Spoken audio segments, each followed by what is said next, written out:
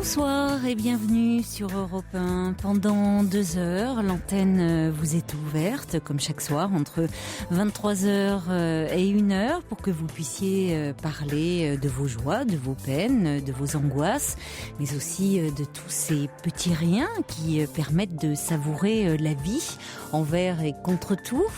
Alors ce soir, vous serez accueillis chaleureusement par Julie et Asiba au 3921 avec la complicité de Philippe Chartier qui réalise l'émission. Et vous pouvez également y participer par courriel sur le site europe1.fr ou nous envoyer vos messages au 7 39 21 en les commençant par le mot nuit. Jusqu'à 1h sur Europe 1, Caroline Dublanche. Bonsoir Clémence. Oui, bonsoir Caroline. Bonsoir. Bonsoir à tous les auditeurs d'ailleurs. Je sais pas, alors je vous appelle parce que je fais une période un peu charnière de ma vie. Donc j'ai 23 ans. Oui. Et donc, je vous appelle principalement parce que je fais du psoriasis depuis l'âge de 14 ans. Et donc là, je fais une période de ma vie où ça me pose un peu plus de problèmes qu'avant. Oui. Et donc, en fait, clairement, je suis en dépression en ce moment.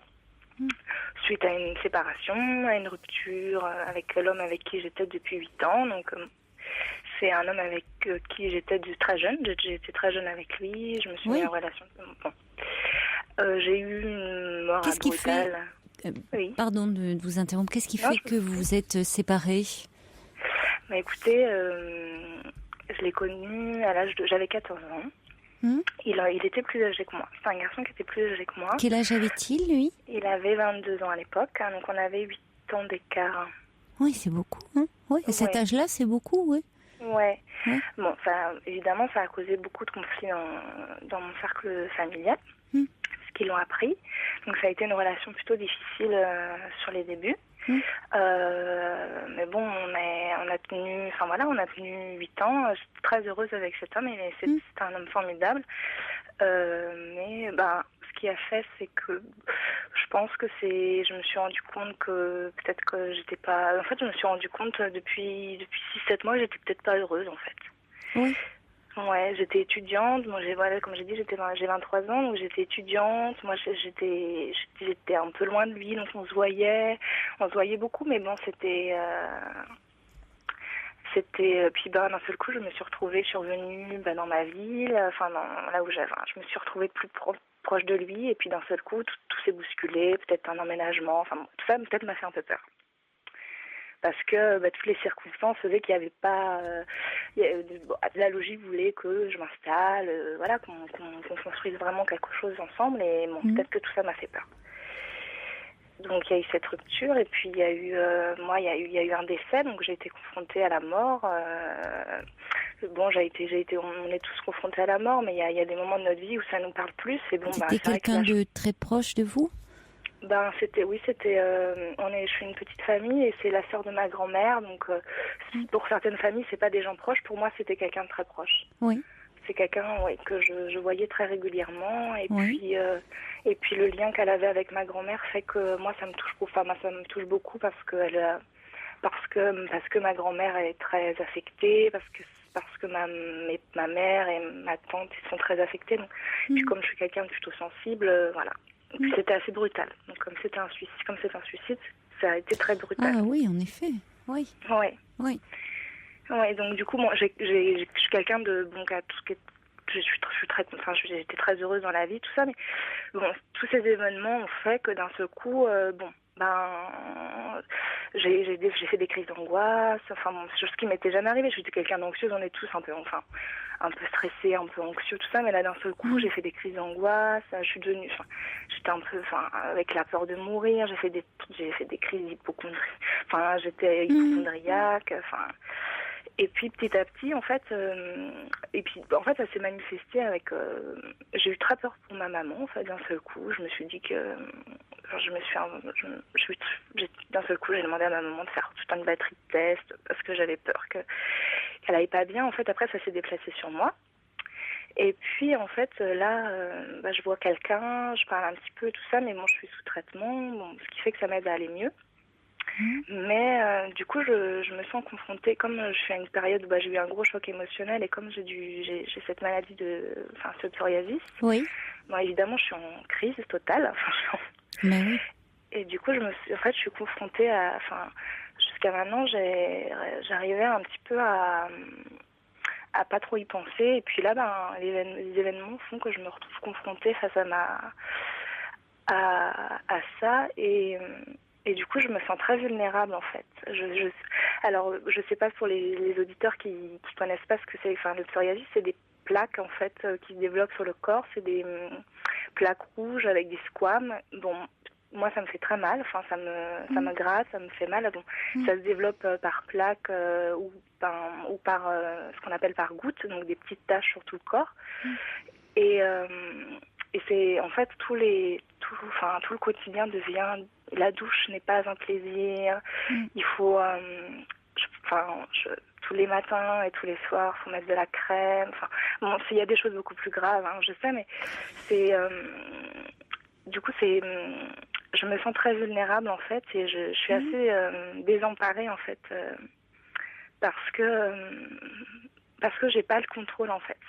J'ai écouté l'émission hier. Il y avait un jeune homme qui parlait hier qui s'automutilait.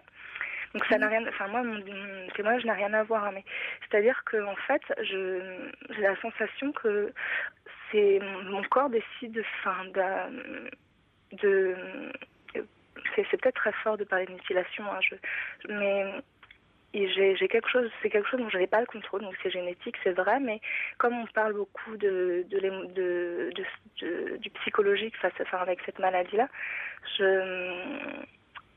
j'ai pas le contrôle là-dessus, je sais pas comment, et du coup je me retrouve face à ça, et donc du coup je suis célibataire, et le regard des autres est très difficile, et je sais pas comment faire pour aller mieux, parce que c'est un cercle très vicieux cette maladie. C'est vrai. Oui, vous avez raison. Ça porte atteinte à l'image que l'on a de soi. Oui. Ça touche la peau, quand même. La peau, c'est quand même aussi, c'est ce qu'il y a de plus intime, et c'est la barrière de protection entre soi et les autres aussi. Ouais. Et du coup, je me sens très vulnérable. Mais oui. Et les gens, en fait, dans mon milieu professionnel, ça se passe pas non plus au top, mais bon, et donc du coup, les gens le voient, et du coup, peuvent s'en servir pour. Les gens un peu pervers et un peu vicieux peuvent s'en servir pour me dire que je suis quelqu'un de sensible, un peu fragile et tout ça, alors que je suis sûrement plus forte que ces gens-là, mais du coup j'ai et c'est un peu difficile à la fois à la fois je me sens vulnérable, et à la fois pour mes rapports là je suis en plein deuil de ma séparation, mais je pense à refaire ma vie et tout ça, et dans l'état actuel des choses, je peux pas imaginer qu'un garçon puisse vous désirez, c'est-à-dire que ça touche aussi, ça porte atteinte à votre séduction. C'est-à-dire, c'est ça, c'est là où il y a quelque chose avec le psoriasis qui touche, avec ces plaques sur la peau. Vous dites, outre le fait qu'il y a plusieurs niveaux, comme vous dites déjà, vous parlez, il y a le niveau, il y a le fait que c'est douloureux.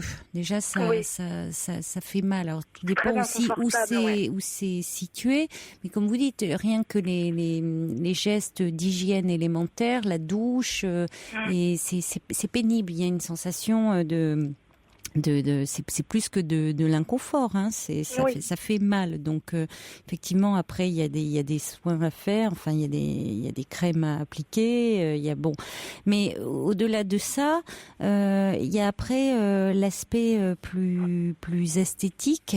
Ouais, Et c'est vrai que tout ce qui touche les maladies de peau, même si c'est une maladie bénigne, c'est une maladie inflammatoire, mais totalement bénigne et absolument pas contagieuse, il y a le regard des autres.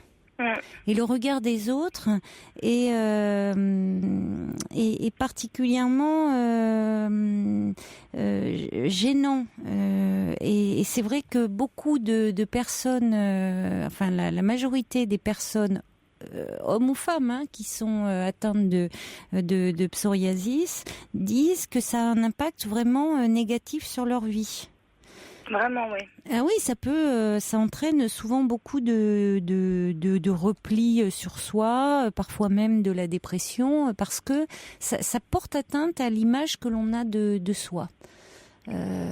Alors, comme vous dites, ça peut avoir c'est vraiment un vrai cercle vicieux, parce que le stress va favoriser les pousser, même si à lui seul il ne peut expliquer l'apparition du psoriasis, hein. Il y a des facteurs génétiques héréditaires et puis environnementaux, immunitaires, hein, à l'origine de cette maladie. Mais en période de stress, les poussées sont là. On a tous comme ça des épines organiques, hein, qui vont. Certains ça va se porter sur le dos, d'autres ça va être le ventre, d'autres d'autres ça va être la peau.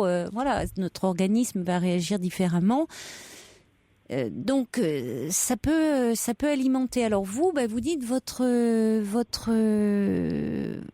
équilibre a vacillé là à un moment avec cette séparation. Cet homme qui était dans votre vie depuis 8 années, c'est quand même très important. Vous aviez 14 ans, vous en avez 23 aujourd'hui. Oui.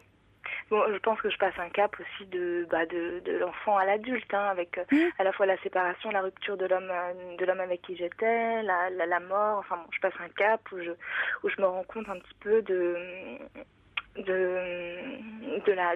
certaine réalité. Donc c'est vrai que d'un seul coup, mais bon, j'ai toujours eu du psoriasis et j'ai développé d'ailleurs mes premières crises, je les ai eues quand j'étais en relation avec cet homme-là, mais j'étais tellement, ça m'a posé, on était amoureux, lui il avait un regard,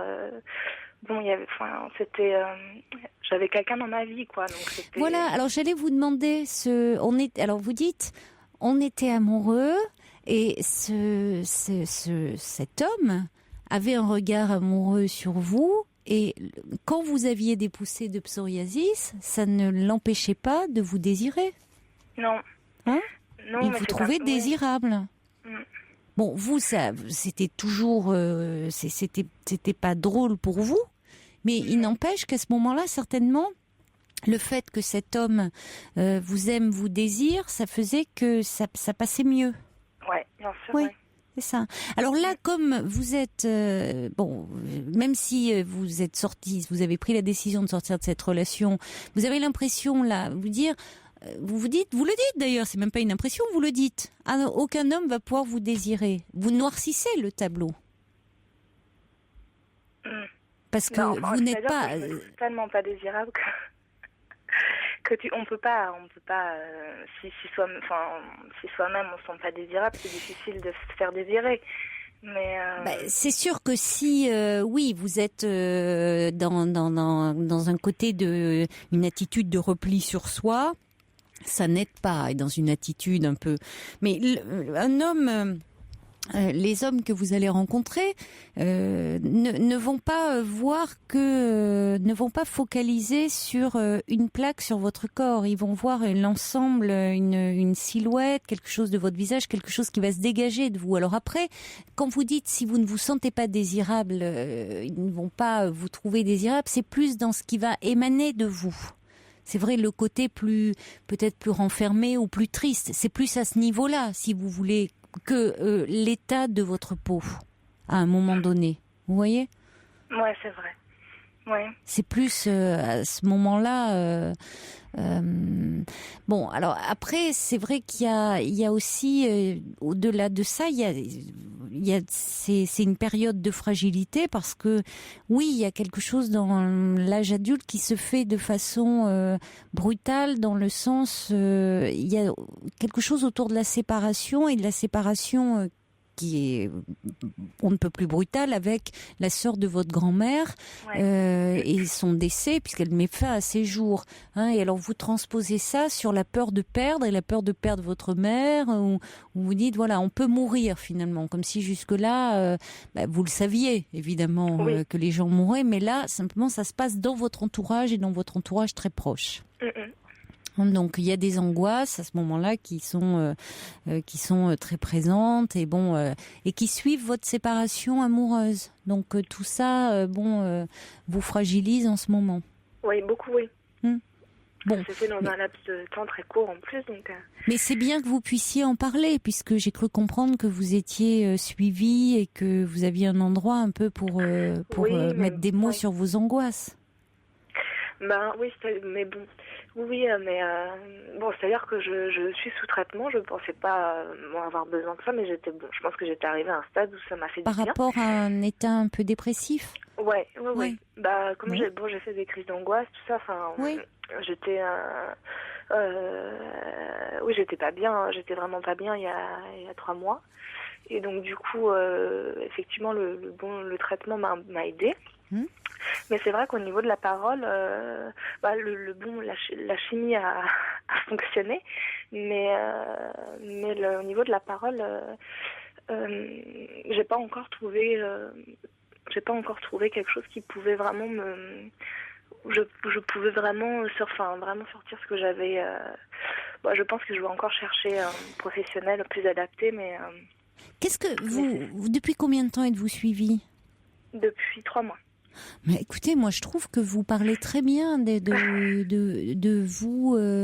Vous établissez très bien les liens entre ce qui provoque votre état de tristesse et ce que. C'est vrai que je suis très bien entourée. Au-delà des professionnels, je suis bien entourée. C'est important en plus. Oui. Donc si vous êtes bien suivi, si vous êtes bien entouré sur le plan familial, vous dites dans votre travail aussi, là, c'est là où c'est compliqué, où vous dites on vous sent vulnérable, à quel niveau? C'est-à-dire que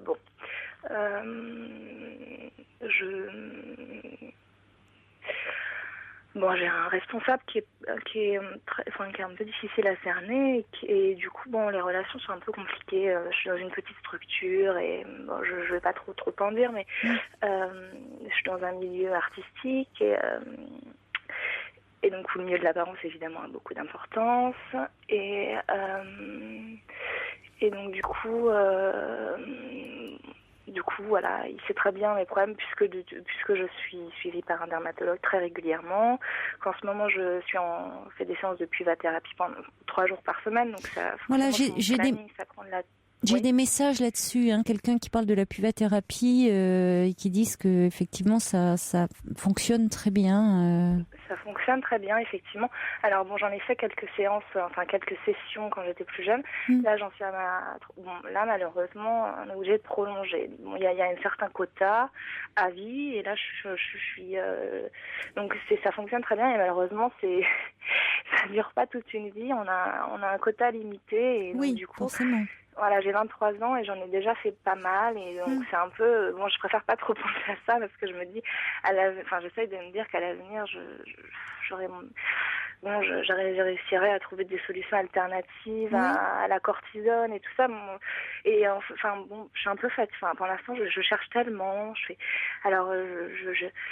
J'arrête, je fais un régime sans gluten, sans lactose, j'essaye plein de choses et en fait je suis fatiguée, je suis fatiguée des non-résultats et de voir que je dépense une énergie folle en fait. Autour de ça. Autour de ça, je focalise, Alors du coup c'est vrai que c'est fatigant quoi. Pour au final voir que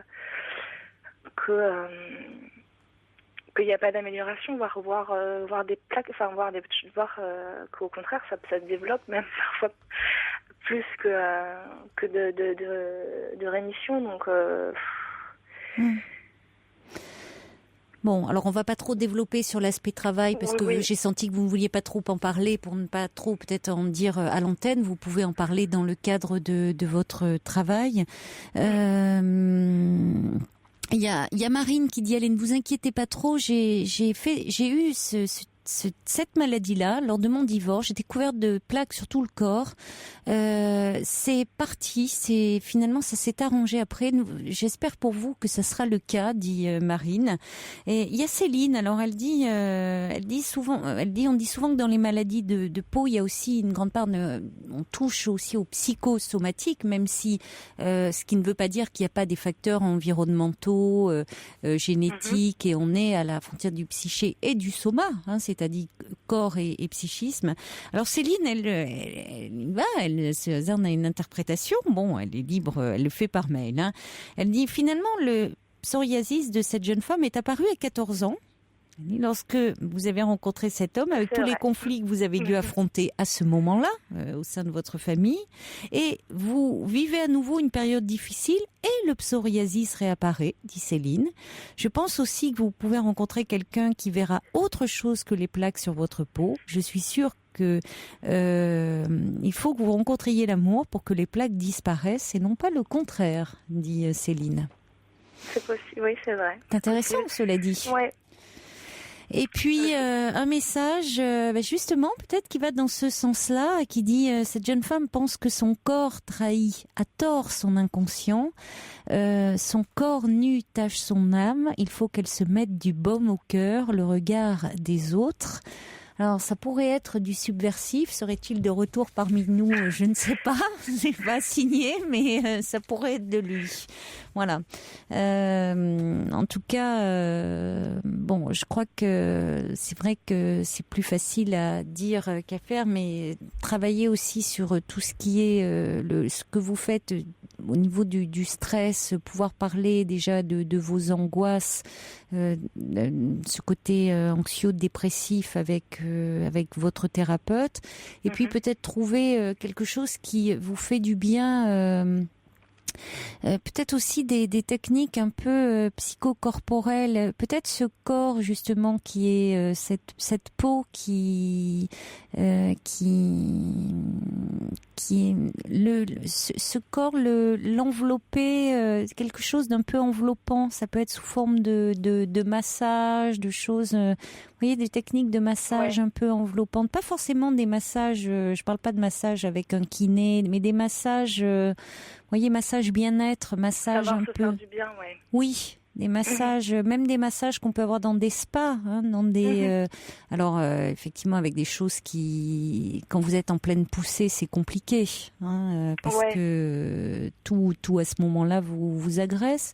Mais peut-être le fait d'être touché aussi, d'être touché de façon douce et un peu relaxante, et quelque chose qui vous détende justement, vous voyez, des massages un peu relaxants, et pour évacuer aussi le stress, et au niveau du corps.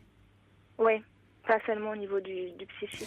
Pas seulement au niveau, vous pouvez, et c'est important de parler, mais aussi de prendre en considération aussi toutes les tensions qui s'accumulent aussi au niveau du corps, de la tête, et peut-être en étant touché aussi.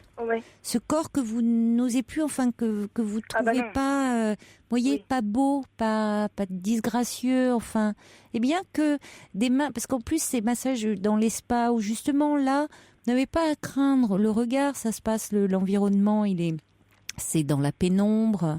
Ce sont des jeunes femmes esthéticiennes qui vous massent, voilà, c'est pas, il y a pas de notion on n'est pas dans un rapport de séduction là, dans un jugement. Bon, ça se fait dans la pénombre, c'est bon, et c'est vraiment uniquement, elles sont là pour vous, pour votre bien-être, pour prendre soin de vous. Ouais, c'est une très bonne idée, oui. Et peut-être pour libérer un peu des tensions, et ça peut vous faire du bien. Ouais, parce que c'est vrai parce que tous les jours je me passe de la crème, et pour moi, les gens qui connaissent ça, on fait ça le plus vite possible pour éviter, parce Oui, que c'est ça. rien n'est agréable, quoi. Mais voilà. Et donc on fait tout, voilà. Et du coup ce corps, on le délaisse, hein, Bien sûr, oui. voilà, parce qu'on ne l'aime plus, on ne l'aime pas finalement. Donc on fait le strict nécessaire. Ah ouais. Voilà, bien sûr. juste l'hygiène, mais le strict nécessaire, et on le touche de moins en moins. Voilà. Or, c'est important de s'en occuper avec douceur et avec... c'est votre maison. Donc, il faut vraiment en prendre soin. Et d'ailleurs, comme le dit Cathy, le psoriasis, finalement, au bord de mer, hein, quand au soleil, la mer, alors pas si vous êtes en pleine poussée, évidemment, c'est pas le sel et tout ça, mais regardez, pourquoi la puvathérapie, les séances d'UV? Parce que au soleil et tout ça, ça disparaît. Donc, voyez, le corps à l'air libre, le soleil et tout ça, il n'y a pas de psoriasis. Hein. Non, ouais. Donc, il faut retrouver un peu ces sensations-là aussi. L'été, retrouver un peu cette sensation un peu de liberté, de mouvement et de bien-être. Ouais. Ouais. Alors, il y a Lishka, qui dit les troubles psychosomatiques sont une bonne indication pour une prise en charge en psychomotricité, qui peut apporter un équilibre entre le corps et l'esprit et permet de retrouver un corps plaisir. On n'en parle pas assez souvent. Alors, effectivement, Lishka, j'aurais bien aimé que vous appeliez parce que j'aurais pas pensé à la psychomotricité, et notamment pour les adultes, parce que pour les enfants, je sais que ça peut être effectivement, c'est une très bonne indication, mais pour les adultes, j'avoue que ça me paraît compliqué. Je vois pas tellement le rapport là-dedans. J'aimerais bien, je lis votre courriel, hein, mais j'aimerais bien que vous appeliez pour nous en dire un petit peu plus. Mutrine Grain dit: mon ami a 39 ans, il est dans le même cas que vous. On est ensemble depuis 11 ans, je le trouve beau. Voilà, donc, voilà, ça n'empêche pas. Mais oui, c'est ça, tout est dans le regard, hein, finalement. Donc, c'est vrai. Mais alors bon, évidemment, quand on se retrouve célibataire et qu'on est face à toutes ces jeunes filles magnifiques en 4x3 avec une peau sublime, et que voilà, les jeunes filles, oui, alors en 4x3, mais la peau, vous savez, là on peut gommer tous les petits défauts et toutes les petites imperfections. Là, très bien placée pour en parler, mais oui, bon, alors on est toutes vertes, hein, quand on regarde on allonge les jambes, on fait tout, et alors toutes les petites imperfections de la peau, oui, on aimerait avoir cette peau-là tous les jours, mais vous savez bien que là, alors il y a des filles qui évidemment sont superbes, qui ont un très bon fond à la base quand même, il faut bien dire ce qui est, mais vous savez bien quand même, qu'on peut faire n'importe quoi aujourd'hui, hein, avec un ordi. Avec des très bons logiciels. Voilà, bon, donc c'est... Non, mais c'est sûr que même en le sachant, parce que je vous dis, c'est même, vous avez beau le savoir, hein, mais voilà, en fait, c'est surtout, je le sais, mais c'est que je me mets à la place des hommes qui sont face à ce type d'image, et à côté il y a moi. Et il y a moi, quoi, à côté. C'est pas oui, mais je pense ça que... matche pas bien, quoi. Et c'est vrai que... non, mais je pense que c'est plus vous... il y a Christiane aussi qui dit qu'il y a des cures qui peuvent peut-être... alors ça, des cures. Je me suis pas bien renseignée, mais c'est vrai que il fallait que je me renseigne sur ces cures qui pouvaient être un peu prises en charge. Ah oui, quand on est peut-être... Il y a des cures... Il y a vraiment des cures pour des problèmes de peau importants. Alors là, pour le coup, je parle pas le côté spa, voyez. Oui. Je parle vraiment. Je peux pas citer de nom à l'antenne pour pas faire de publicité. Non, mais il y a vraiment certaines stations qu'on trouve dans les pharmacies, parapharmacies, où il y a vraiment des eaux réputées avec des crèmes spécialisées où vous pouvez aller. Ça, renseignez-vous. Ça peut peut-être avec votre dermatologue, ça peut valoir la peine. Hein. Ouais. Il y a Emmanuel qui dit tiens, lavez-vous au savon d'Alep. C'est très bon, ça on peut trouver effectivement en pharmacie. C'est vrai que le savon d'Alep c'est très bon pour la peau. C'est à essayer, pourquoi pas. C'est une très bonne chose comme savon. C'est vrai qu'on conseille beaucoup de choses, mais c'est vrai que le savon d'Alep est remarquable pour la peau, cela dit. Ouais. Bon, des petits trucs comme ça. Allez, mais surtout essayez de prendre soin de vous et de vous occuper de vous avec douceur. Ouais. Je vais en prendre note. Merci de votre confiance. Au revoir. Au revoir Clément, je vous embrasse. Au revoir.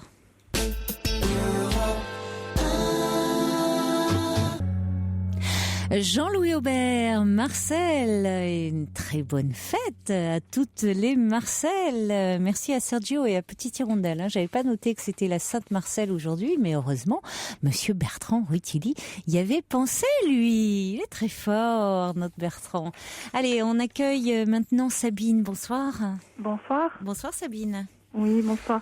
J'ai appelé là pour donner des conseils à la jeune femme. Là, je ne me rappelle plus de son prénom. Clémence, voilà, c'est ça. Clémence, qui a 23 ans et qui souffre de psoriasis depuis l'âge de 14 ans. Voilà, moi j'ai 47 ans et j'en souffre depuis l'âge de 20 ans à peu près. Et en fait, c'est un psoriasis qui est assez atypique. Moi, c'est plutôt par goutte. Donc, c'est des petites plaques sur le corps. J'en ai eu sur le visage à un moment donné. Ça a été très difficile parce que c'est vrai que ça touche énormément à l'image. Et là, j'étais vraiment très mal. Je devais avoir 22-23 ans.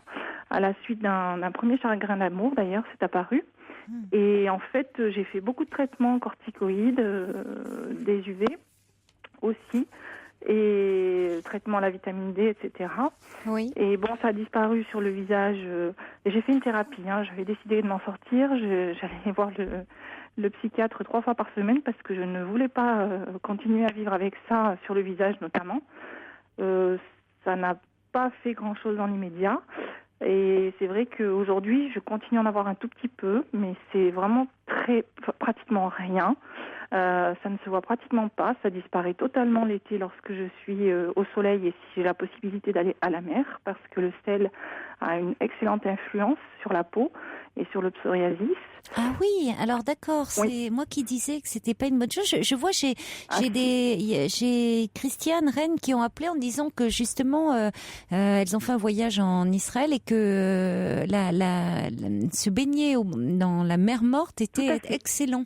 Tout à fait. Puisque c'est une mer qui est extrêmement une eau très très salée, oui. Voilà, et lorsque je vais à la mer l'été, j'essaie d'y aller en général, au moins une semaine chaque année, et je ne me rince pas lorsque je sors de la mer, quoi. J'essaye de prendre ma douche le plus tard possible, de garder le sel, et c'est vrai que ça... Mais alors pas quand vous êtes en poussée quand même. Ah si. Ça vous fait pas mal? Non. D'accord. Non. Et c'est vrai, soleil et mer, c'est une excellente influence. Et c'est vrai que là, moi, j'ai refait une grosse poussée au printemps parce que j'ai eu beaucoup de stress.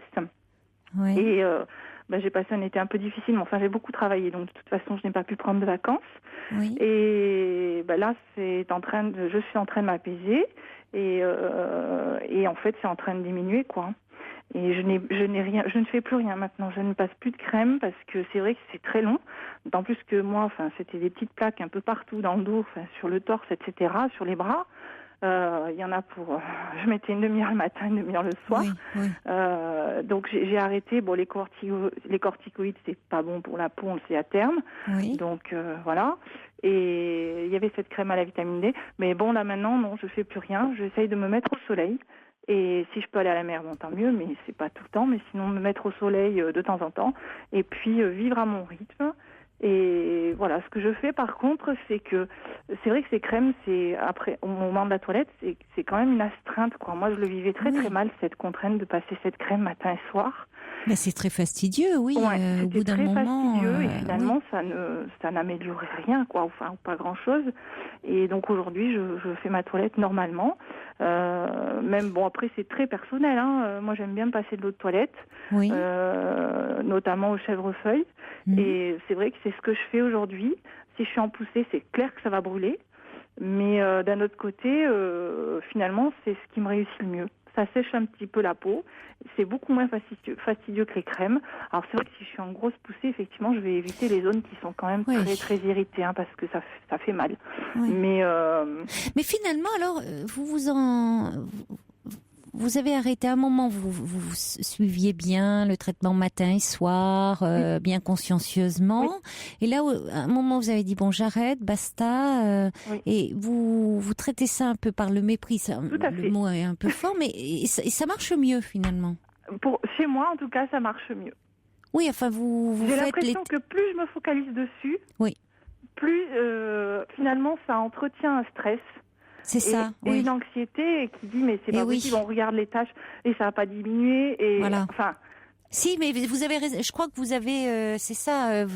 Ça crée presque une focalisation. Vous dites, vous focalisez dessus. Ouais. Matin et soir. Et oui. Et puis on regarde comment ça évolue. Ça va mieux, ça va pas mieux. Enfin, moi je sais que ça m'a pas réussi. Mmh. Ben, voilà. À qui ça pourrait réussir de se scruter comme ça? C'est assez déprimant finalement. Complètement, parce qu'en plus, ces crèmes-là, il faut vraiment les passer. Enfin, moi, celles que j'avais uniquement sur la zone atteinte. Donc, c'est vrai que forcément, tous les jours, 2 fois par jour, c'est minutieux. Les zones atteintes, allez, et puis c'est tout, quoi. Et je trouve qu'au niveau symbolique aussi, c'est presque séparer son corps en deux. Oui, la partie malade, la partie qui ne l'est pas. On ne traite pas les 2 parties de la même manière. C'est juste. Ça morcelle. Voilà, ça morcelle. Déjà qu'on est mal. Oui. Je trouve qu'au niveau symbolique, ça contribue au morcellement. Bon, après, je crois que c'est plus ou moins chacun a trouvé sa recette, mais effectivement, la séparation, le stress, c'est vrai que moi, voilà, j'ai du stress, je sais que je fais du psoriasis. Enfin, à la limite, oui, je suis stressée, je fais du psoriasis, ou quand j'en fais, je dis, qu'est-ce qui se passe? Voilà. Quelque part, pour moi, c'est un thermomètre. Bon, qu'est-ce qui se passe? Qu'est-ce qui va pas? Et après, j'essaye de laisser passer le temps et de reprendre mon rythme et de prendre du temps pour moi. Notamment, ce que j'apprécie beaucoup, c'est de prendre un bain le soir, tranquille, en écoutant de la musique, etc. Voilà, c'est du temps pour moi, ou un soin. Ce que vous disiez, faire un soin en spa ou autre avec un massage. Voilà, et ça c'est quelque chose que j'ai remarqué qui m'apaise plus que de faire des traitements. D'accord. Mais merci beaucoup. Mais bon, après merci. Ça va être à Clémence de trouver son équilibre. Mais c'est vrai qu'elle est jeune. Oui, elle est jeune, mais oui. Et puis elle, à ce moment-là, elle le disait d'ailleurs, quand elle était avec son amoureux, le psoriasis ne prenait pas toute cette dimension-là angoissante. Oui. Ça revient avec cette dimension anxiogène parce qu'elle traverse un moment de sa vie charnière, très particulier, puisqu'elle a décidé de se séparer de cet homme et qu'elle vit un deuil au sein de sa famille. Oui. Donc, mais je voulais aussi la rassurer, lui dire que ça ne l'empêchera pas de faire des rencontres. Parce que moi, même quand j'en avais sur le visage, j'ai fait une rencontre. Et sur le corps, c'est vrai que c'est pas évident à dire lorsqu'on a rencontré quelqu'un. Mais bon, voilà, il suffit d'expliquer à la personne. Et moi, jusqu'à présent, ça n'a jamais posé de soucis avec mes relations. C'est important aussi de le dire. Ouais. Parce que je crois que quand la personne, quand on s'aime, quand il y a du respect, quand il y a, voilà, ça se passe bien. Merci beaucoup. Je vous propose, remarquez, il y a également de rester avec nous parce qu'il y a également Christiane qui voulait revenir sur ce sujet. Ça montrera, j'espère que Clémence est encore à l'écoute, qu'il y a beaucoup de personnes qui sont concernées par le sujet. Bonsoir Christiane. Bonsoir Caroline. Bonsoir. Je vous remercie de prendre mon appel. Alors écoutez, voilà, il y a une petite station, est-ce que je peux la nommer?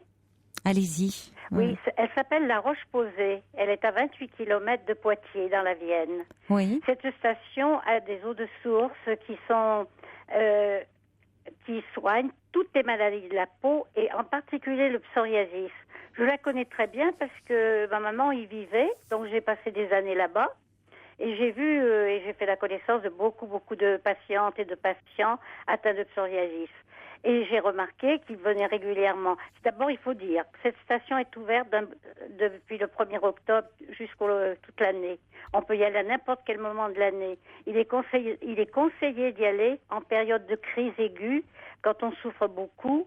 Vous arrivez, vous avez des bains, vous buvez de l'eau, vous avez des massages, vous avez tout un tas d'activités. Cette petite ville est adorable. Elle a la Vienne qui passe. Il y a beaucoup de promenades à faire. C'est assez animé. Et les logements sont en particulier très très bien. Donc quand on arrive dans cette station pour se soigner, j'ai constaté, puisque je faisais de longs séjours et que je connaissais des patients, eh bien que les patients repartent avec la peau complètement, il n'y a plus rien, si vous voulez, au bout des 3 semaines quand vous repartez. Et vous avez un répit qui peut durer les premières fois, la première année pas longtemps, peut-être 2-3 mois, pendant lesquels vous ne souffrez plus, que vous avez presque une vie normale. Puis vous avez à nouveau une poussée, vous repartez faire la cure. Vous pouvez faire une cure tous les ans. Et à force, et puis dans l'année, vous prenez les produits de la Roche-Posay en pharmacie, qui sont très bons parce qu'ils sont naturels. Oui. Et à force de faire les cures régulièrement, et surtout au moment des grandes poussées, eh bien vous arrivez à un résultat que vous avez une vie presque normale. Je ne dis pas que ça disparaît, mais je sais par les témoignages que j'ai eus que beaucoup de personnes n'en souffrent plus. Ils ont des apparitions de moins en moins importantes, si vous voulez. Ça peut arrêter. Et puis, il y a des psychologues pour parler si on en a besoin, mais c'est très reposant. C'est une petite ville très reposante parce que ça compte beaucoup de se reposer quand on fait la cure. Mais ça compte puisqu'on a vu que le stress est un facteur important tout est dans fait pour cette que vous soyez c'est très beau parce que c'est la Vienne. Et la Vienne est pleine de verdure. Vous faites partie de l'Office du tourisme, Christiane? Non, je suis de formation infirmière. Oui, mais si vous en parlez très bien. Je voulais vous appeler dès le début quand j'ai entendu ça, puis j'arrivais pas à avoir la ligne. Alors, voyez, quand même il faut insister un petit peu. Pour vous le transmettre, parce que j'ai vu des résultats. D'accord, mais c'est important de le dire. Et alors quand vous dites qu'il est important de venir en période de crise, préférable en tout cas, ça calme. Précisons quand même que les symptômes peuvent durer plusieurs mois, 3 à 4 mois, donc ça laisse le temps de venir, parce que sinon, le temps de prendre rendez-vous. Une poussée comme elle a expliqué où elle souffre. C'est alors ça. quand elle va faire la cure au moment où elle souffre, au bout de 4-5 jours, elle verra qu'elle souffrira beaucoup moins. On soigne en quelque sorte l'inflammation causée par les plaques, si vous voulez. D'accord. Mais j'avais entendu parler. Il traite beaucoup de problèmes autres de peau, et c'est vrai que c'est une très bonne station. Quand j'étais très jeune et que j'allais là-bas, je ne savais pas que je faisais pas attention, que c'était une station thermale. Et je me souviens avoir fait la réflexion, mais qu'est-ce qu'il y a comme visage rouge? Qu'est-ce qu'ils ont, ces gens, avoir partout du mercurochrome? Et ma mère m'a expliqué, elle m'a dit, ils viennent soigner une maladie de peau qui est quand même très embarrassante. Et le psoriasis, c'est embarrassant. Donc, il faut soigner son moral en même temps que son physique. Ça paraît... Et au fur et à mesure qu'on souffre moins, on a quand même une dynamique nouvelle. Et donc, vous, qui habitez la ville, vous constatez effectivement une amélioration sur les personnes. J'y allais en vacances voir ma mère. J'habite Paris, moi, je suis à Paris.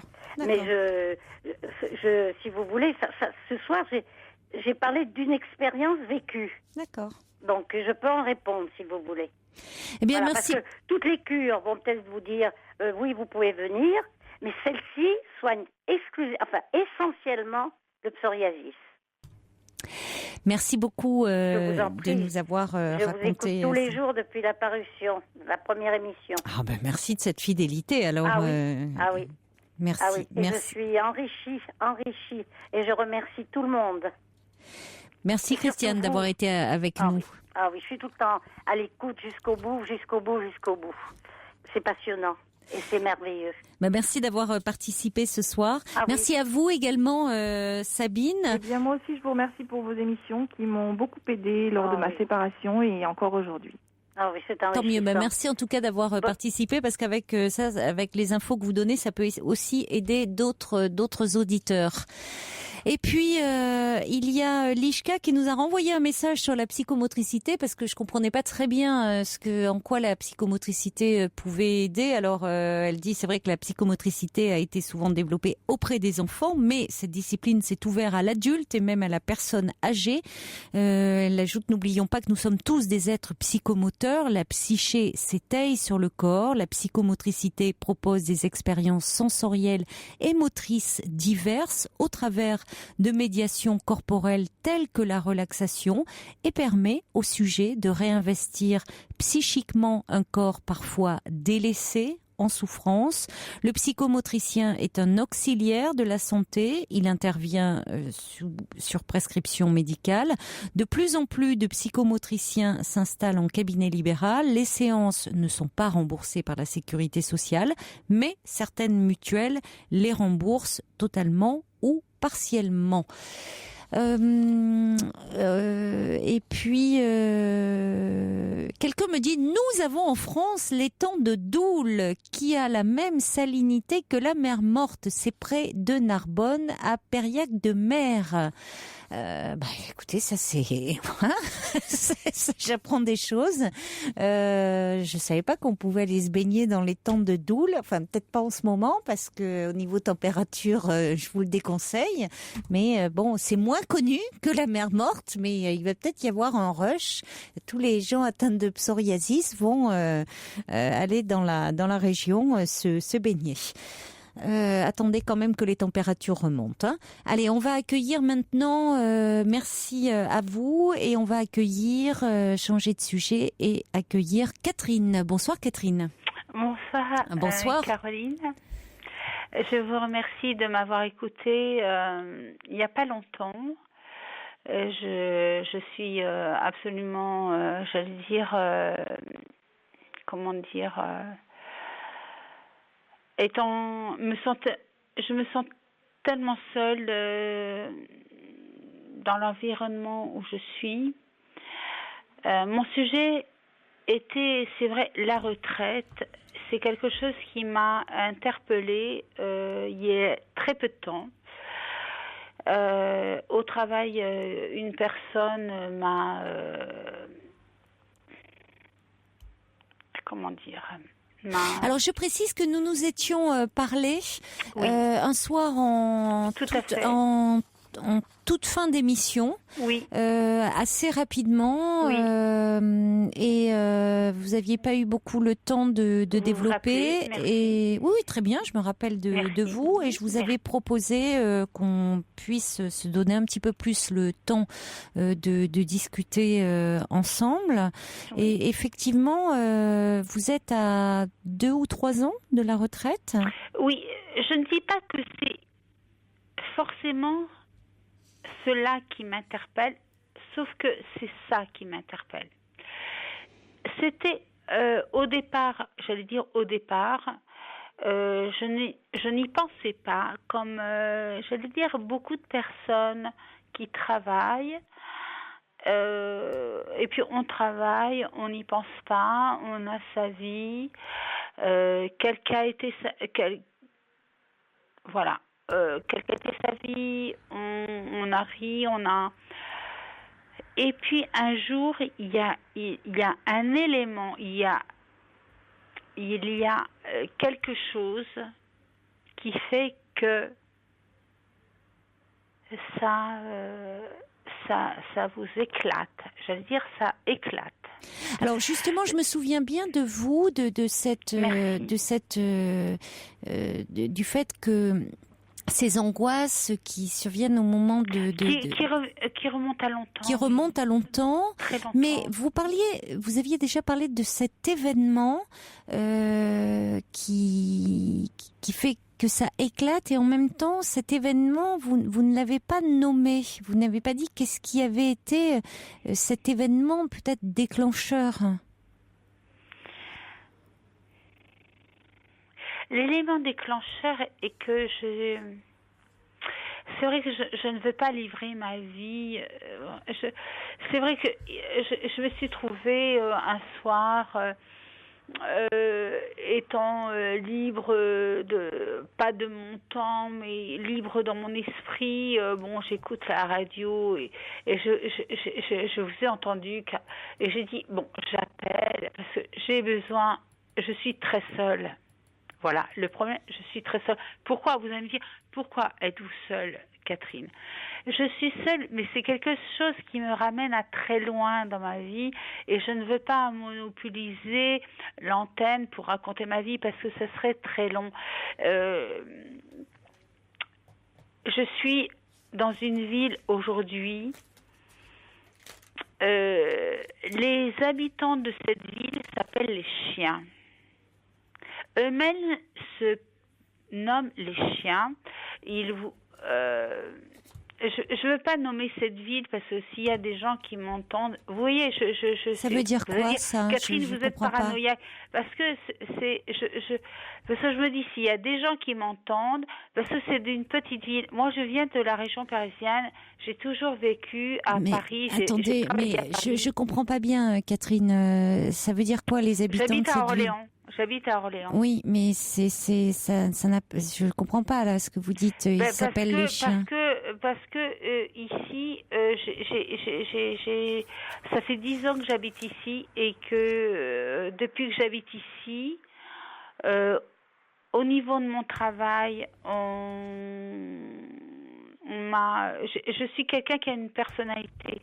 Je fais partie des gens qui ont une personnalité, comme on va dire.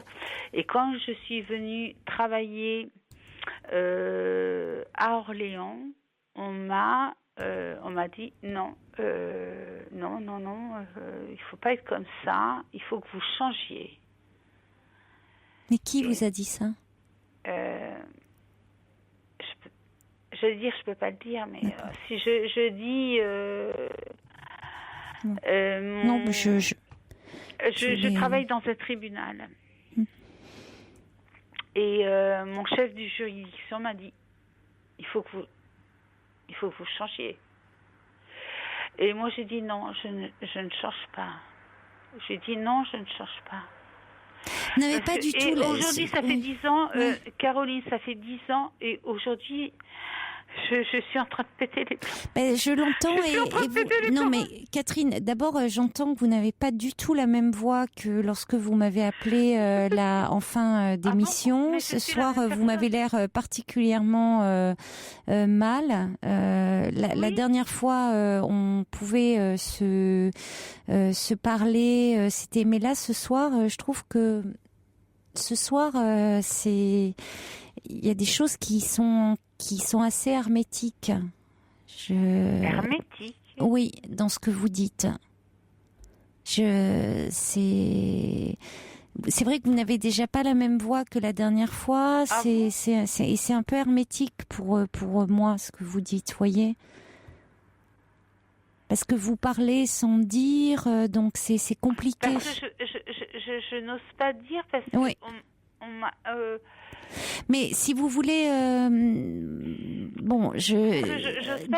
me dis s'il y a des gens dans cette, alors peut-être que si vous voulez, si vous voulez, vous avez, alors ce que j'entends, il y a personne qui peut m'aider. Si, je pense, Catherine, que dans cette souffrance dans laquelle vous vous trouvez, il faut que vous puissiez parler de cette souffrance, mais à un moment, la parole, elle ne doit pas être publique. Vous le dites finalement vous-même. Voyez ? Quand vous me dites, j'ai voilà. pas la même voix, parce que je sais que vous voulez pas. Vous allez dire, elle vient de dire des choses. Oh là là, le tribunal. Oh là là. Non, c'est pas ça. J'ai la même voix. Vous ne voulez pas. Catherine, ce que je veux vous dire. J'ai la même voix. Catherine, ce que je veux vous dire. Mais personne peut m'aider. Bon, Catherine, ce que je veux vous dire, si, mais c'est pas sur une antenne de radio. Je pleure. La dernière fois, j'ai pleuré. Et aujourd'hui, je pleure de la. On va se parler hors antenne pendant le journal. Et ce que je vais vous dire, on va se parler hors antenne pendant le journal de minuit. parce qu'il y a des choses qui à un moment peuvent pas se dire publiquement et où vous pouvez parler mais en privé pour ne pas rester dans cette détresse et dans ce chagrin, parce qu'il y a des choses qui à un moment on peut pas tout dire à l'antenne, mais on va continuer et ça tombe très bien que le journal de minuit arrive et je vais prendre le relais hors antenne et vous dire voilà 2-3 petites choses. Pour dialoguer avec Caroline Dublanche, envoyez nuit suivi de votre message par SMS au 7 39 21. 50 centimes plus coût d'un SMS. Un petit message, un petit mail de d'Evelyne qui dit: je voulais confirmer ce qu'a dit Christiane. Les cures à la Roche-Posay dans la Vienne sont très bénéfiques pour le psoriasis. J'ai été soignée pour un acné très fort et dès la première cure, je n'avais presque plus rien, alors que cela faisait 6 ans que je me faisais soigner par des dermatos et rien n'y faisait. Nous allons, alors Michel n'est pas là, on l'a perdu, on n'arrive pas à le joindre à vrai dire, donc nous allons accueillir Delphine. Bonsoir. Oui, bonsoir. Bonsoir. Alors j'appelle, je sais pas trop comment expliquer. Alors, mais vous voulez vous m'appeler parce que vous souffrez d'anorexie et de boulimie depuis une dizaine d'années. C'est-à-dire, ça a démarré non pas à l'adolescence, mais vous étiez déjà, vous avez 33 ans aujourd'hui, hein? Ouais, j'ai même 34 ans. 34 ans. J'avais aux alentours de 22 ans. D'accord. Et c'était plus une dépression, je pense, qui fait que ça s'est exprimé comme ça. Ça a commencé sous forme d'une dépression au départ. Je pense que c'était plus c'était le sens de cette anorexie, ouais. C'était plus une dépression que l'envie de maigrir ou des choses comme ça. C'était plus. Oui, donc vous aviez perdu l'appétit dans le. Comme on peut parfois perdre l'appétit avec une dépression. Oui, voilà. Parce qu'en fait, j'étais à la fac, quoi. Je préparais le CAPES j'avais eu mon CAPES de maths. Et puis, j'ai enseigné pendant 1 an. Et je savais que ça me plaisait pas. Et puis, pendant déjà ma préparation, ça me plaisait. Je savais que c'était à quelque part pas ce que je voulais faire, mais je l'ai quand même passé, je l'ai eu et j'ai enseigné pendant 1 an, comme ça se faisait. J'ai eu une classe en responsabilité, en fait. Et après, du coup, quelque part, je suis tombée bas et d'un autre côté, c'est là que j'ai essayé de reprendre mes études, quoi, et d'aller. Je suis partie préparer un DEA de maths. Oui. Que je suis très dans les maths, moi. Enfin, vous allez voir. Et après, j'ai enchaîné sur une thèse en mathématiques. Oui, vous avez un sacré parcours. Et après, j'ai réussi à. Et j'ai eu maintenant, j'ai eu ma thèse, quoi, et maintenant je suis maître de conférence, quoi. J'ai un poste à la fac. Et... félicitations pour ce magnifique parcours. Ouais. Donc ça vous a pas empêché de suivre une scolarité brillante? Au contraire, j'ai l'impression que... quelque part, maintenant, je peux plus m'en détacher, quoi, l'anorexie, parce que j'ai l'impression que ça m'a permis d'exister, quoi, d'exister auprès de ma famille. J'ai eu l'impression de les découvrir. C'était un peu une drogue, quoi. Ça vous booste pour faire votre boulot, quoi. Même si, quand ça allait pas, je faisais une crise de boulimie, après ça repartait, quoi. Je sais pas. Et puis, donc, j'ai eu mon poste, donc là, ça fait 3 ans que j'ai mon poste. Et en fait, Donc ça a été plus ou moins... Qu'est-ce qui vous booste? Vous dites ça me booste. Qu'est-ce qui vous booste? L'anorexie? Oui, oui. En même temps, c'est-à-dire physiquement, ça peut épuiser, mais ça peut mettre dans un état d'euphorie aussi. Ouais, voilà. Paradoxalement, parce que, c'est ça, on le voit d'ailleurs, hein, souvent les jeunes femmes anorexiques ont un potentiel intellectuel assez fort, hein, c'est-à-dire des capacités intellectuelles élevées, et le corps est complètement négligé, et elles voudraient être de pur esprit. D'ailleurs, vous m'avez dit, dans un sourire, dans un rire, vous êtes très dans les maths. Oui, dans l'abstraction. Ça, qu'est-ce que vous vouliez me dire? Non, mais je suis très dans les maths. Je vais toute ma vie tourne autour de ça, quoi. C'est ça que je voulais dire. Je pense qu'à dans beaucoup de phrases, ça va. Je vais parler de maths, quoi. Voilà. Et donc ça m'a été plus ou moins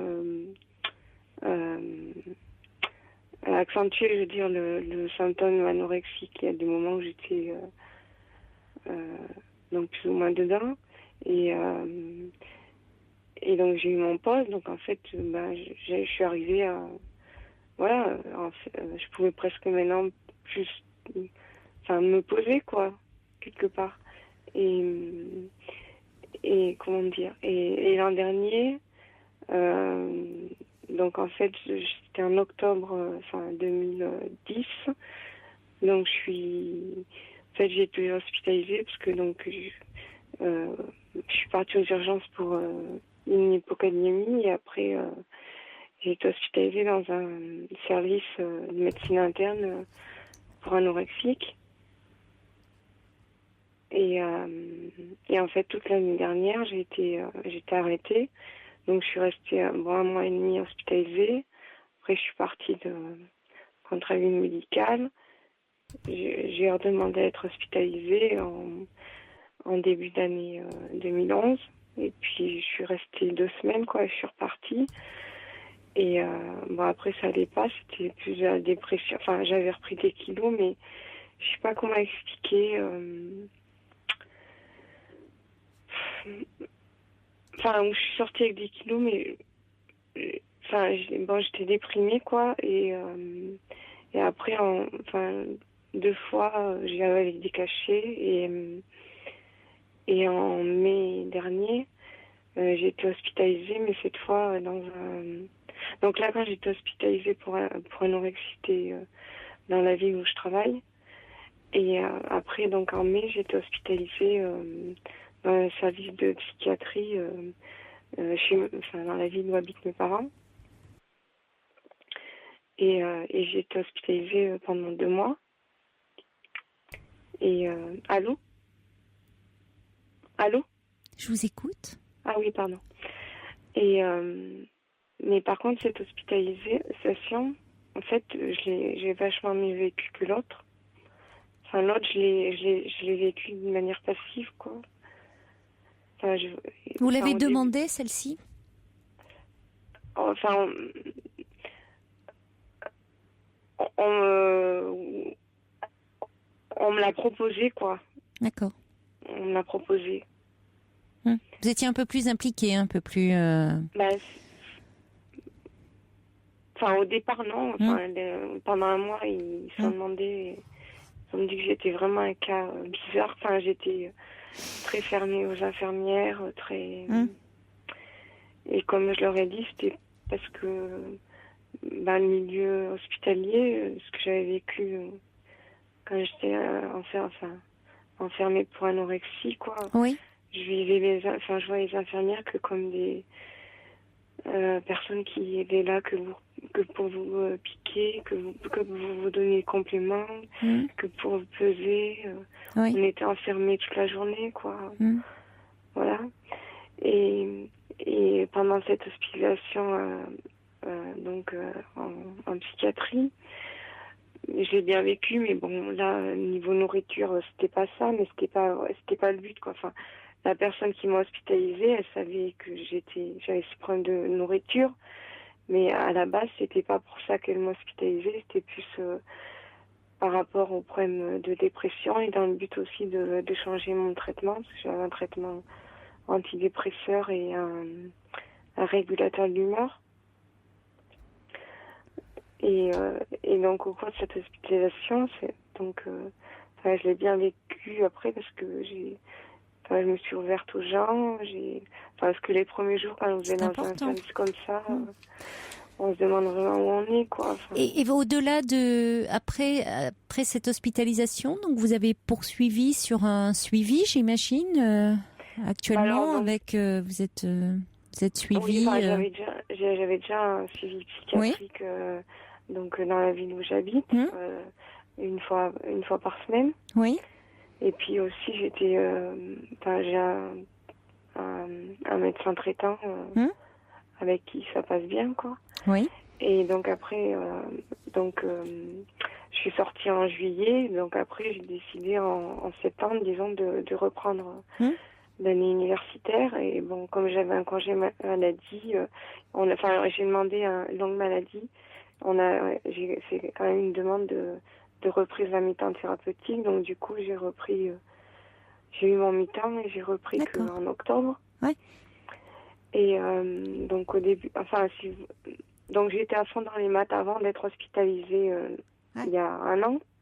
Et alors aujourd'hui? Pendant toute l'année dernière, si vous voulez, j'ai pas pu. J'étais complètement dégoûtée des maths. J'ai pas pu ouvrir pratiquement un bouquin. Et après, quand j'ai décidé de reprendre le boulot, je savais pas du tout comment ça allait revenir, quoi. Et en dehors des maths, qu'est-ce qu'il y a dans votre vie? Enfin, rien. Voilà, il y a rien, c'est ça. Non, il y a rien. C'est ça, parce qu'on sent qu'il y a... Je veux dire, est-ce que même vous pensez que la dépression, est-ce que vous en êtes sorti? Parce que vous dites ça me booste, mais parce qu'on ne donnait pas ce sentiment-là quand on vous écoute parler. Non, parce que là, en ce moment, c'est pas ça, quoi. Je vous entends pas bien. Parlez bien là, dans le combiné. Oui. Là, en ce moment, oui. Parce qu'en ce moment, ça va. Enfin, ça va pas, justement. Je suis pas. Vous n'êtes pas dans une phase. Donc j'ai repris mon travail. Enfin, ça a été. Par exemple, réenseigner, ça n'a pas été. C'était pas forcément évident, quoi, pour moi. Et donc j'ai réussi à reprendre mon enseignement.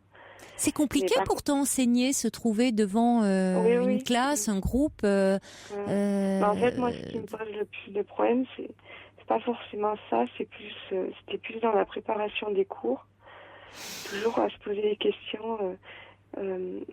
En fait, moi, je fais des choses vachement dans l'urgence parce que je suis toujours.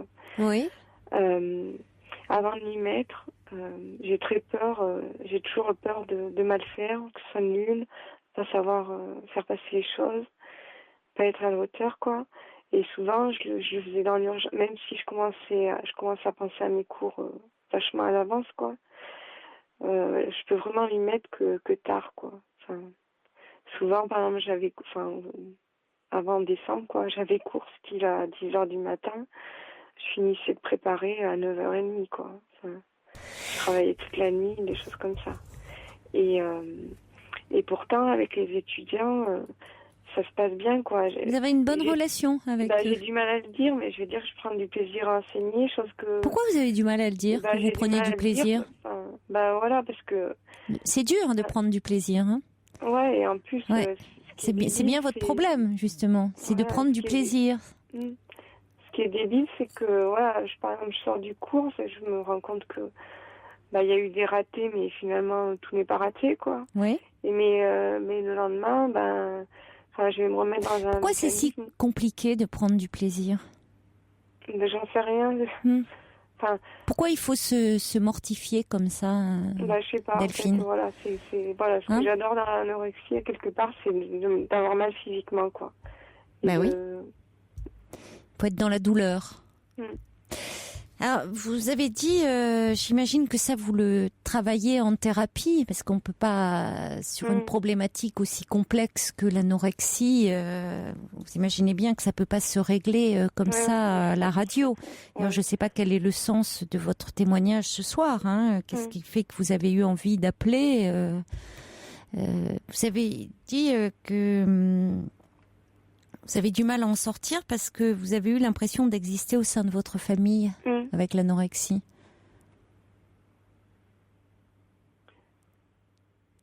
Qu'est-ce que vous voulez dire? C'est auparavant. Je sais pas comment c'était avant. Voilà. Enfin, bon, il y a un truc, j'ai pas envie de trop. Enfin, donc je vais pas te donner trop de détails, du coup, on va peut-être pas me reconnaître, mais je suis d'une famille nombreuse et j'ai plusieurs frères et sœurs. On est des jumeaux, quoi. Enfin, plus que des jumeaux, quoi. Vous êtes. Enfin, on est des quadruplés, quoi. Des quadruplés. Voilà. Donc, en fait, on est 3 filles et un garçon et j'ai une sœur aînée. D'accord. Et moi, quelque part, si vous voulez, j'ai un peu mal vécu ça parce j'ai eu le sentiment qu'on était étiquetés, quoi. Et moi, j'étais étiquetée comme la bonne élève, quoi. Que vous êtes restée? Que je suis restée, oui. Bah oui, voilà, on me présente comme ça, comme la fille qui a réussi, qui a un super boulot, quoi. Enfin, voilà. Bon, aujourd'hui, ce qui me pose problème, donc à la fin. Mais vous avez une autre étiquette aujourd'hui. Comment on parle de vous? Comment s'est vécu votre anorexie au sein de la famille?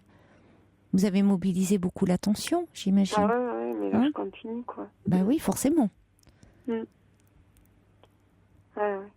C'est-à-dire que là, on vous distingue. Oui. Là où c'est pas facile d'exister au sein d'une telle fratrie. Surtout qu'il y avait vous êtes 4 et 3 filles. Et c'est vrai que c'est difficile dans... Mes 2 sœurs, elles s'entendaient bien, elles étaient dans la même chambre. Enfin, moi, j'ai pas du tout vécu mon adolescence, c'est-à-dire les boîtes et tout ça. Enfin, j'ai testé, mais je veux dire, j'ai pas du tout développé, quoi, on va dire. Enfin, je sais pas. Elles s'entendaient bien, mais maintenant, j'ai des relations différentes avec elles, mais j'ai eu le sentiment que c'est suite à ça, quoi, que tout a changé. Alors que j'étais pas forcément ultra malheureuse avant, quoi. Mais je sais pas comment expliquer. Et en fait, aujourd'hui, ce que je me pose comme question, c'est... Donc, par exemple, dans mon travail, il y a 2 choses, quoi. Il y a à la fois enseigner et faire de la recherche. Et par exemple, la recherche, c'était un truc que j'adorais, quoi. Mais super intellectuel, c'est clair que vous pouvez faire de la recherche jour et nuit et être complètement coupé. Donc, et là, aujourd'hui, je peux plus m'y remettre. Et bon, les médecins qui me suivent, quoi, enfin... Il y en a certains qui disent que parce qu'aujourd'hui, à quelque part, j'aimerais me nourrir que de maths, quoi.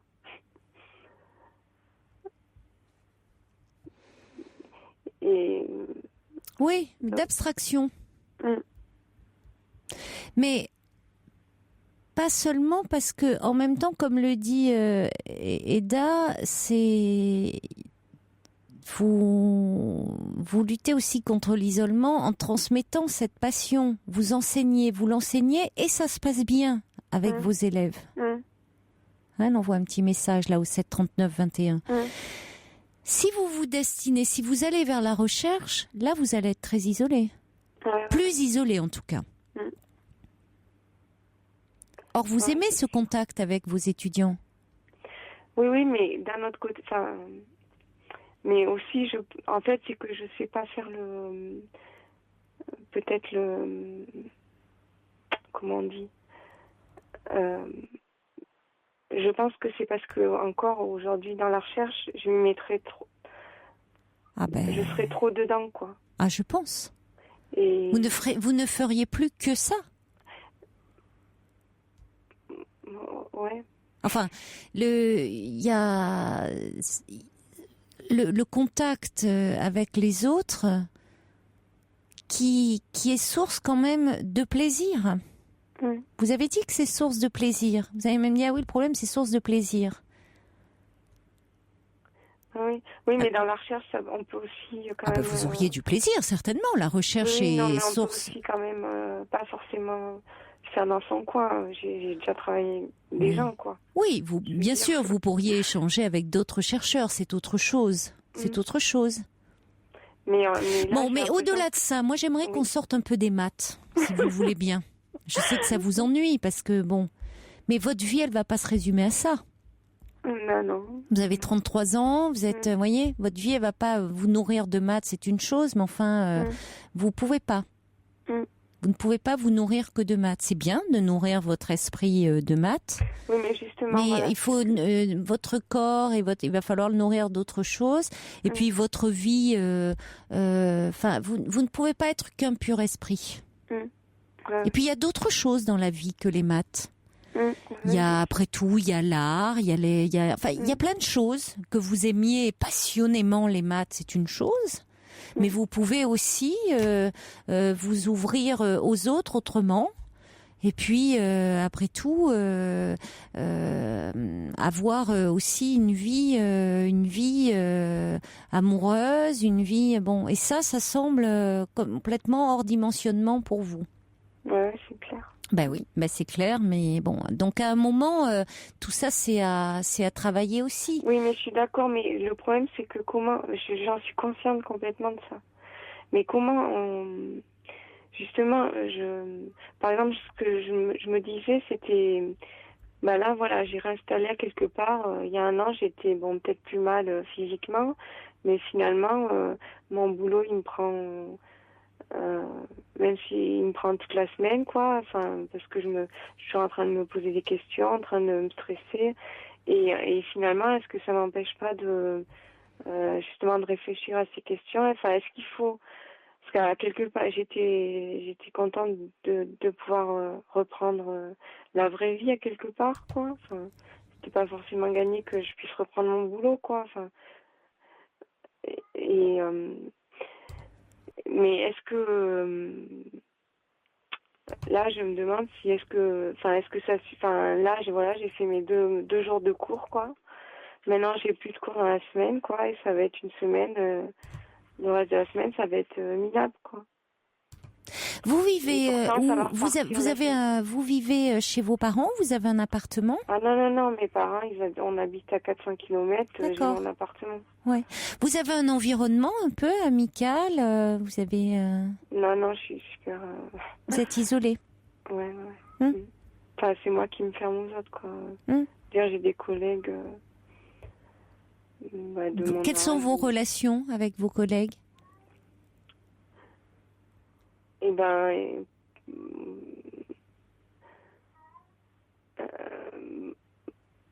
Bonne, mais bonne. Vous ne les voyez pas en dehors? Très peu, quoi. Très peu. Très peu. Et votre psychiatre, vous le voyez En fait, il y a deux. Donc, toutes les semaines? Il y a deux choses, en fait. Celle où quand j'étais hospitalisée vers chez mes parents, que je vois, c'est elle qui me prescrit le traitement, quoi. Que après, en théorie, on avait fixé que je la vois toutes les 2 semaines, quoi. Et ma psychiatre sur le lieu où j'habite, je la vois toutes les semaines. D'accord. Voilà. Après, ce que je Et avec elle, vous parlez? Oui. Mais en fait, Vous parlez d'autre chose que de maths? Oui, mais c'est vrai que oui. Si, C'est compliqué? Pardon? C'est compliqué de parler d'autre chose? Non, mais le problème, c'est que non, c'est pas compliqué. En plus, ça se passe. Au départ, j'ai hésité à reprendre, quoi, parce que donc pendant un an, je l'ai pas vu et je me demande. Et puis finalement, je l'ai recontacté. Ça s'est refait naturellement. Oui. Mais c'est compliqué parce que vous l'avez dit dans vous êtes à un moment. Il y a quelque chose où l'anorexie, c'est comme si c'est à la fois. Il y a un paradoxe pour vous dans cette maladie. C'est comme si cette maladie était aussi votre force, dans ce que vous dites. Hein. Ah oui, non, mais c'est clair. Donc vous n'avez pas envie d'y renoncer? Non, c'est clair. C'est pour Vous ça dites que... ça me booste et j'ai l'impression d'exister au sein de ma famille. Oui. Comment voulez-vous renoncer? Bah oui.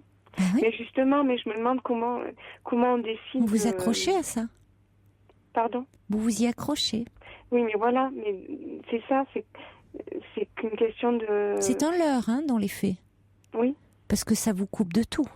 Non, mais je sais, mais plusieurs fois, je me fais la réflexion, je me dis, peut-être à 40 ans, et donc je me dis ça, alors que, plus ça va, et puis j'y approche, quoi. Oui, et puis après, ça sera à 50 réveiller, ans, et puis... Non, mais je vais me la vie réveiller, passe. je vais me dire que ma vie, elle est complètement gâchée, parce que je vais pas dire que ma vie, elle est réussie parce que j'ai ce boulot.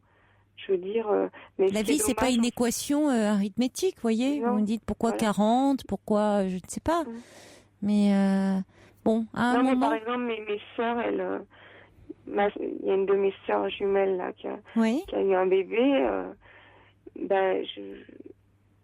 Et mon autre sœur, pareil, qui est enceinte, qui va avoir un bébé bientôt. Quelque part, c'est clair que ça m'a fait... ça me questionne tout en me disant que c'est pas pour moi et tout en me disant quel bonheur ça leur apporte et à quoi je me ferme, quoi. Et d'un autre côté, je fais rien pour changer, quoi.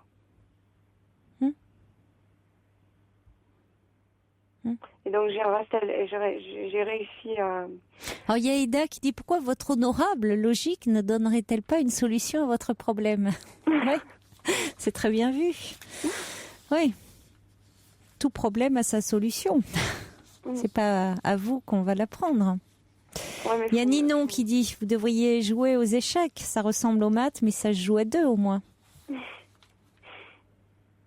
Il y a Cathy qui dit il y a interaction entre les savoirs, donner du sens. Avant d'enseigner les maths, la philo, vous voyez, pas cloisonner les savoirs. Elle a raison, Cathy.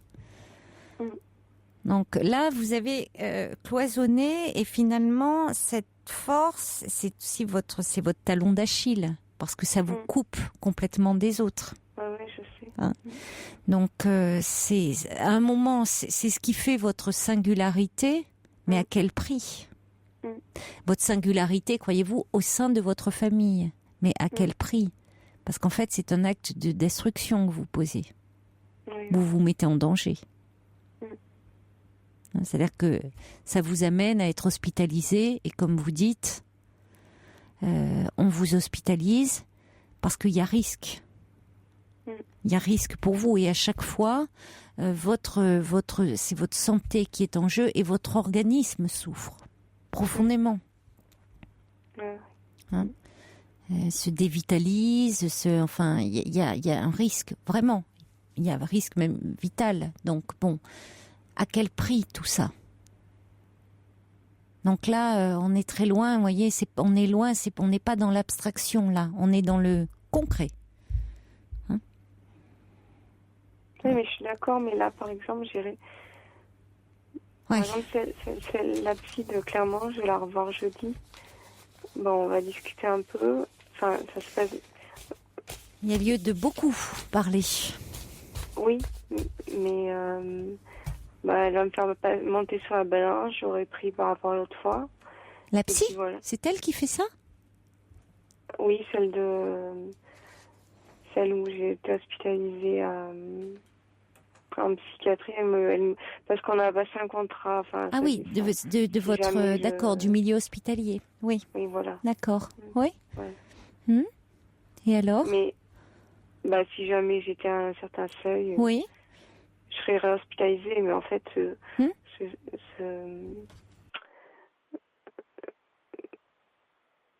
là, ça niveau pas, je veux dire, j'ai sûrement augmenté par rapport à l'autre fois, quoi. Bon, vous verrez avec elle. Oui, mais du coup, je suis pas... Mais... En tout cas, vous jouez avec votre vie. Donc, à un moment, il faut bien, si vous voulez, si vous descendez trop bas, il y a un risque vital. Il y a un risque, votre cœur peut s'arrêter. Donc, on peut pas prendre ce risque. Donc, il y a une hospitalisation s'avère nécessaire. Et là, on n'est plus dans les questions d'enseigner, recherche ou pas. Voyez, oui, vous n'êtes plus en état de le faire. Vous ne le sentez pas forcément parce que effectivement vous sécrétez des substances qui font que vous ne le sentiez pas, mais lui, il y a notion de danger. Vous verrez avec la psychiatre qui vous suit, c'est un long cheminement. Qui prend du temps et parfois certaines personnes en sortent comme ça assez je veux dire il y a un déclic qui se produit, il y a quelque chose qui se produit, c'est un cheminement qui peut être long et complexe et puis certaines personnes sortent comme ça de cette maladie je dirais pas du jour au lendemain, parce que c'est quand même assez complexe, mais ça peut quelque chose qui peut se déverrouiller. Il y a Salomon qui dit « Tout corps plongé dans un liquide subit une poussée ». Vous voyez, nos auditeurs s'adaptent à vous. Alors jetez-vous à l'eau vive. Allez-y. Merci en tout cas de votre témoignage et faites attention à vous et prenez soin de vous, Delphine. Au revoir. Merci. Au revoir. Au revoir. Pour intervenir dans l'émission, appelez le 39 21 34 centimes la minute. Un petit message de Brigitte au 7 39 21 à l'attention de Delphine qui dit « Prenez votre propre parti, le parti de la vie, cherchez le déclic, bon courage à vous. Something Wild envoie un mail pour dire « Connaissant personnellement le sujet, Delphine doit savoir qu'on ne peut tout contrôler et qu'à toujours tirer sur la corde, c'est parfois le corps qui flanche tout seul. Le jour où la volonté d'en sortir revient, attention, les séquelles sont dures à assumer. Les troubles alimentaires prennent une place considérable dans une vie. Les éradiquer suppose aussi de se retrouver face à soi-même et parfois face au vide. Mais ça en vaut la peine, d'autant qu'au bout d'un moment, le corps ne tient plus et le cerveau n'étant plus alimenté, il ne tourne plus comme il devrait. On a l'impression qu'il est toujours actif, mais au fond, il tourne en boucle sur les mêmes choses et empêche d'avancer. Bonsoir Jean-Louis.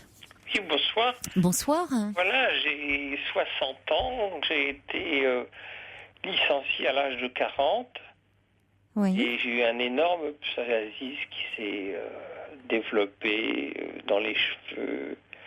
Alors, j'ai fait de la puvathérapie, oui. C'est suite à ce licenciement que vous avez fait du psoriasis? Oui, c'est arrivé en 15 jours. Ouais. On le dit, que souvent les poussées, les premières poussées, il y a souvent un choc émotionnel fort. Même si ça peut à lui seul expliquer, mais il y a quand même souvent on retrouve un choc émotionnel. Et j'ai utilisé pas des tonnes, mais des demi-tonnes de tubes de pommade et de crème. Oui. Parce que en dehors il faut faire la distinction sur le corps. Il y a des endroits où il faut mettre des crèmes, d'autres des pommades. Si vous avez des endroits où c'est mal placé, il faut mettre de la crème, d'autres de la pommade. Et puis, je connais la Roche-Posay, je ne suis pas allé. Je connaissais la mer Morte, ça ne me disait rien. Et maintenant, depuis 5-6 ans, je vais sous les tropiques me brûler ça pendant une semaine. C'est pas mal non plus, C'est plutôt sympa aussi de partir sous les tropiques. Et voilà, la France a ses départements d'outre-mer. Oui. Et et j'y suis parti une semaine fin août. Ça vous fait une bonne excuse, un bon prétexte, dire écoutez, je pars sous les tropiques, j'ai du psoriasis. Et il n'y avait plus rien, voilà. Oui, et ça marche bien. Oui, 48 heures. c'est ce qu'on pourrait conseiller, mais bon, c'est un budget déjà. Vous allez penser que je suis agent de voyage? Non, j'ai pas dit ça. J'ai pas dit ça. Mais effectivement, c'est horrible, c'est une maladie. Moi, ça va faire donc 20 ans que j'ai ça. Et la pommade, j'en ai en secours, mais j'en veux plus. Je veux dire, et puis dans le dos, on peut pas se la mettre. Mais vous en avez que dans les cheveux ou dans le dos? Dans le dos. Ah, dans le dos. Et puis à des endroits bien personnels. Des endroits bien personnels dans le dos? Non, oui. aux organes génitaux. Ah, ça touche aussi les organes génitaux? Bien sûr. Mais ça doit faire très mal. Oui, c'est pas... Là, pour le moment, j'ai une rémission, mais c'est pas évident, quoi. Ah oui? Ah oui, c'est un envahissement total. Je savais pas que ça touchait... Si. Ah oui, d'accord. Oui. Oui, je savais que ça pouvait se mettre sous les ongles. Mais quand vous êtes en poussée, ça veut dire que vous pouvez pas avoir de relations sexuelles? C'est douloureux, en tout cas. Oui. Oui. Ah oui. Voilà. Mais moi, au début, j'étais pas... il y a 20 ans, il y en avait moins. Il y en avait moins, mais j'en avais dans les cheveux. C'était des croûtes à retirer à par paquet. À la limite, je pouvais même pas aller chez le coiffeur. Oui, ça vous gênait? Oui. Oui. Il devait dire, celui-là, il sait pas laver les cheveux depuis le Moyen-Âge. C'est Jacouille la fripouille. C'est ça, oui. Oh non, attendez, si les coiffeurs savent quand même, hein. S'il y a bien quelqu'un, ou alors c'est que vraiment ils seraient totalement ignorants. Les coiffeurs sont quand même à même, connaissent ce genre de problème. Si vous voulez, Ils font la différence entre quelqu'un que justement, pour avoir des croûtes comme ça dans les cheveux, il n'y a qu'un seul... on sait bien que justement c'est lié à des problèmes de psoriasis pour avoir des croûtes. Pour les cheveux, il n'y a qu'un seul médicament, mais ça laisse les cheveux raides, c'est odieux, quoi. Oui, c'est embêtant, oui. Alors que la jeune femme fasse ses économies.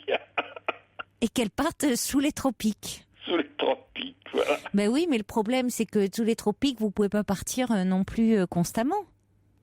Non, mais là, depuis septembre, c'est pas revenu. Hein. Oui, vous êtes... c'est ça, l'effet se prolonge un bon moment. Ah oui. Ça, c'est quand même... c'est une bonne chose, hein. Et la Roche-Posay,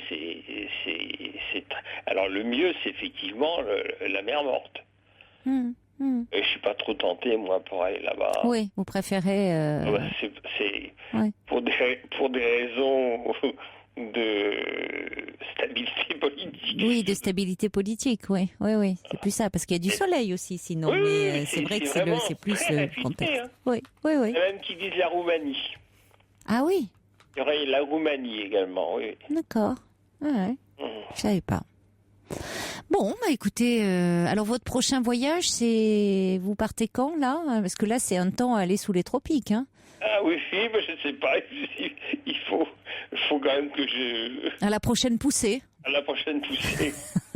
Voilà, vous faites comme l'écureuil, là, vous mettez de côté pour le moment vos économies, et puis... Voilà. Bah, c'est bon. Écoutez, c'est l'idée est séduisante en tout cas. Hein. C'est sûr. S'il n'y avait pas tant de différence d'âge, je serais l'accompagnateur avec la jeune femme. Oui, j'ai bien compris. J'ai bien compris, Jean-Louis. Et là, ce serait détournement de mineurs. Merci en tout cas d'avoir appelé. Voilà. Merci. Au revoir. Bonne soirée. Bonne soirée, Jean-Louis. Alors, je reçois un message qui dit « Pourquoi ne pas traiter la maladie dans sa profondeur psychologique ?» On l'a abordé, puisque d'ailleurs Clémence nous disait qu'elle parlait, elle était suivie et qu'elle abordait quand même cette dimension-là avec son psy. On accueille également Béatrice qui est avec nous au 39 21. Bonsoir Béatrice. Bonsoir Caroline. Bonsoir. Oui, je voulais donner un témoignage parce que après avoir été infirmière et avoir soigné beaucoup par la médecine allopathique, je me suis tournée beaucoup vers la médecine parallèle ou naturelle, beaucoup plus naturelle. Et j'ai le cas du fils d'une de mes amies qui a été un psoriasique au dernier stade, c'est-à-dire qu'il est arrivé au rhumatisme psoriasique, donc qui touchait toutes ses articulations. Il a été hospitalisé et soigné comme pour un cancer par des chimiothérapies. Et puis, comme il n'y avait aucun résultat, après avoir fait bien sûr tous les traitements habituels, il a été, disons, complètement abandonné par la médecine. Et ce cas me tracassait jusqu'au jour où j'ai reçu dans une revue que je recevais régulièrement, comme quoi il y avait un traitement qui n'avait pas l'autorisation de mise sur le marché, mais qui est donc un complément alimentaire, qui est une molécule trouvée par un médecin de Toulouse, des environs de Toulouse, et qui est commercialisée tout à fait normalement maintenant. Et ce complément alimentaire, je lui ai donc envoyé tout de suite les renseignements et il l'a commandé. On lui donnait 2 mois pour commencer à avoir des résultats. Or, au bout de 5 jours, il a eu arrêt total des douleurs articulaires. Au bout de 2 semaines, il a eu le blanchissement total de toute sa peau. Et ensuite, il a suivi le traitement pendant 6 mois. Ayant de gros problèmes psychologiques, puisque c'est très lié au psychologique, il a rechuté 1 an après, divorce, des problèmes avec les enfants et tout ça.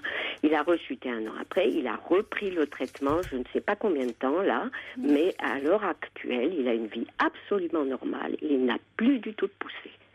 Alors, quand on sait combien cette maladie est invalidante et douloureuse, je trouve vraiment anormal qu'on ne puisse pas faire un peu plus de réclame pour un produit qui est tout à fait naturel puisqu'il est tiré de la lécithine marine et qui a des résultats absolument sensationnels.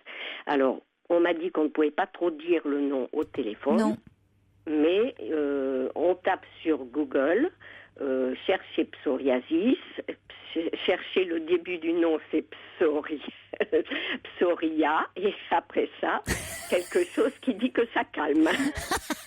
C'est pas trop compliqué à trouver, et tous les renseignements sont dessus. Le docteur Dupont explique très bien comment il a trouvé cette molécule, quelle est son action au point de vue de la cellule, c'est sur la flexibilité de la cellule, si vous voulez. On va le transmettre en tout cas à Clémence et à Jean-Louis. Oui, je crois que votre émission est formidable parce que je pense que les gens peuvent apprendre des tas de choses. Oui, on va transmettre. La rose-posée, c'est très bien.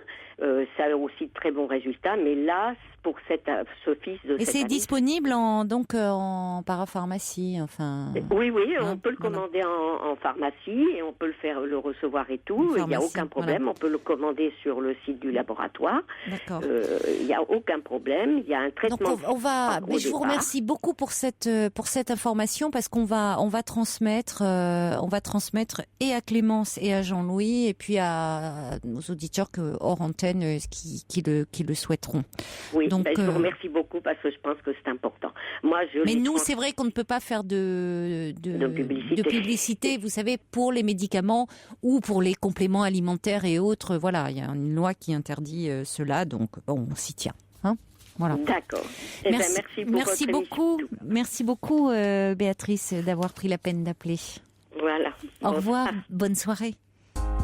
Charlie Winston, Where Can I Buy Happiness? Alors il y a une association aussi pour la lutte contre le psoriasis, c'est www.aplcp.org et vous pouvez aussi la joindre au 01 42 39 02 55 01 42 39 02 55. Je vous souhaite une belle nuit, faites de jolis rêves. Il est maintenant 1h sur Europe.